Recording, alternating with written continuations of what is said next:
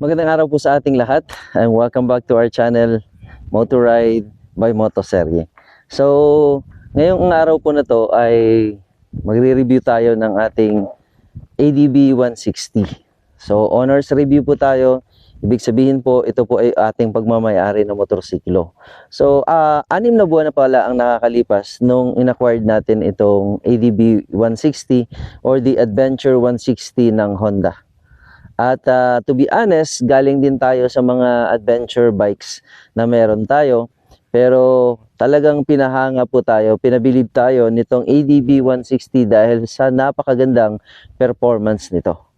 So, isa-isahin natin mga kamotor kung ano yung isang bagay na o sa mga bagay na nagustuhan ko o mga bagay na nagustuhan ko dito sa ADB 160.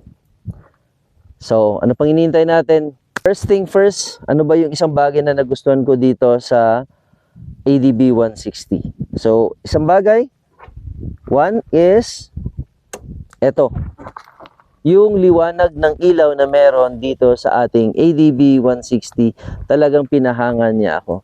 Sa sobrang linaw ng kanyang ilaw sa gabi, ay nakikita mo yung daan na kung saan tayo dumadaan.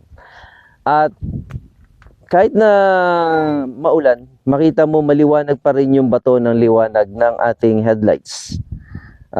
Medyo may pagkakaiba lang siya, para siyang let's say para siyang Ducati or BMW. Yung isa medyo maliit yung ilaw niya, yung isa naman medyo mas maliwanag yung ilaw niya compared doon sa isang ilaw niya. Pero hindi naman siya masama kasi maganda namang siyang tignan pag sa malayo, pero medyo parang yung isa kasi parang off siya. Parang medyo nakataas siya ng konti, parang headlight or naka-high beam siya, pero hindi naman siya talaga naka-high beam. Naka-low beam lang siya. Pero for me, that's a good na makikita yung difference.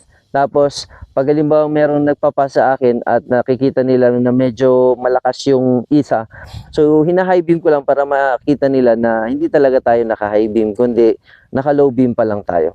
So yan ang isang puntos kung bakit nagustuhan ko yung ADB 160. Second thing is the ABS. Yung ABS nito nakakatuwa kasi many times na nagkaroon na tayo ng mga medyo unfavorable and not good condition of the road. So, pero ang kinatutuwa ko dito sa ADB is that because of ABS siya, kapag alanganin yung preno mo, ay kinokontrol niya yung preno, yung lakas ng grip natin sa ating lever or brake lever natin doon sa tinatawag na automatic brake system niya. So, malaking tulong yon. And hopefully, sa mga susunod na mga paglalabas ng ADB ay sana maging na rin siya, CBS. Hindi pala CBS, meron siya yung may contraction control. Ayan, contraction. CTS, control system. So, hopefully sana magkaroon din siya katulad ng isa sa ibang mga motosiklo na nakikita natin na meron na silang ganong feature sa mga bagong scooter adventure bikes nila. Second thing or third thing na nagustuhan natin dito. Third thing na nagustuhan natin dito sa motosiklong ito ay ang katipiran niya sa gasolina. Fuel consumption ng motorsiklong ito. So from the very first time na nakuha ko yung motorsiklong ito, ang kanyang nakalagay doon sa kanyang indication is that 38 per kilometer. Or so ang fuel consumption nito nung kinuha natin siya ay nasa 38 per liter.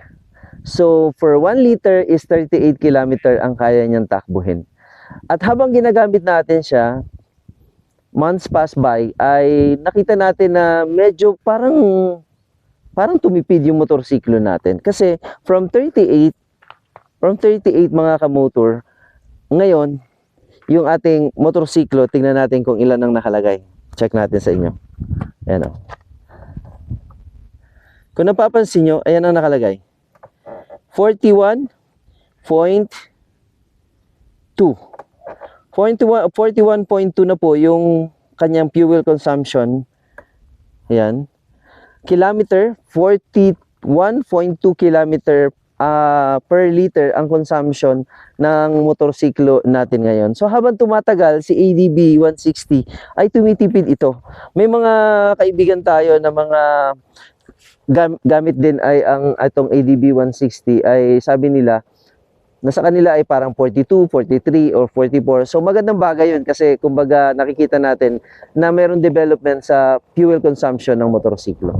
Now kung ikaw ay bago pa lang dito sa channel natin at napapanood mo ang video na 'to, pwede bang pa-hit ang notification bell, like and share at the same time pa-subscribe na rin sa ating channel at nakakatulong ka para lumago lalo ang ating channel at makapagbahagi tayo sa mga tao na nangangailangan. Isa sa mga advokasya natin ang mag-tour sa parte ng Pilipinas at dito sa amin sa Palawan, sa Puerto Princesa. At the same time na rin ay makapagbigay ng tulong sa ating mga katutubo. So guys, para sa akin, ang ADB 160 ay swak na swak, pangmasa ang presyo. At the same time, talagang reliable ang quality ng Honda pagdating sa technology. Pagdating sa design, talagang hindi na rin siya nagpapahuli. Talagang kumbaga napakaganda ng design niya. It is an adventure bike, off-road bike, pero napakaganda ng takbo ng motorsiklong ito. So ano pang hinihintay natin guys sa mga nagbabalak na kumuha ng motorsiklo? Why not consider ADB 160? Thank you very much and this is Motoserye. Ingat po palagi sa ating mga rides.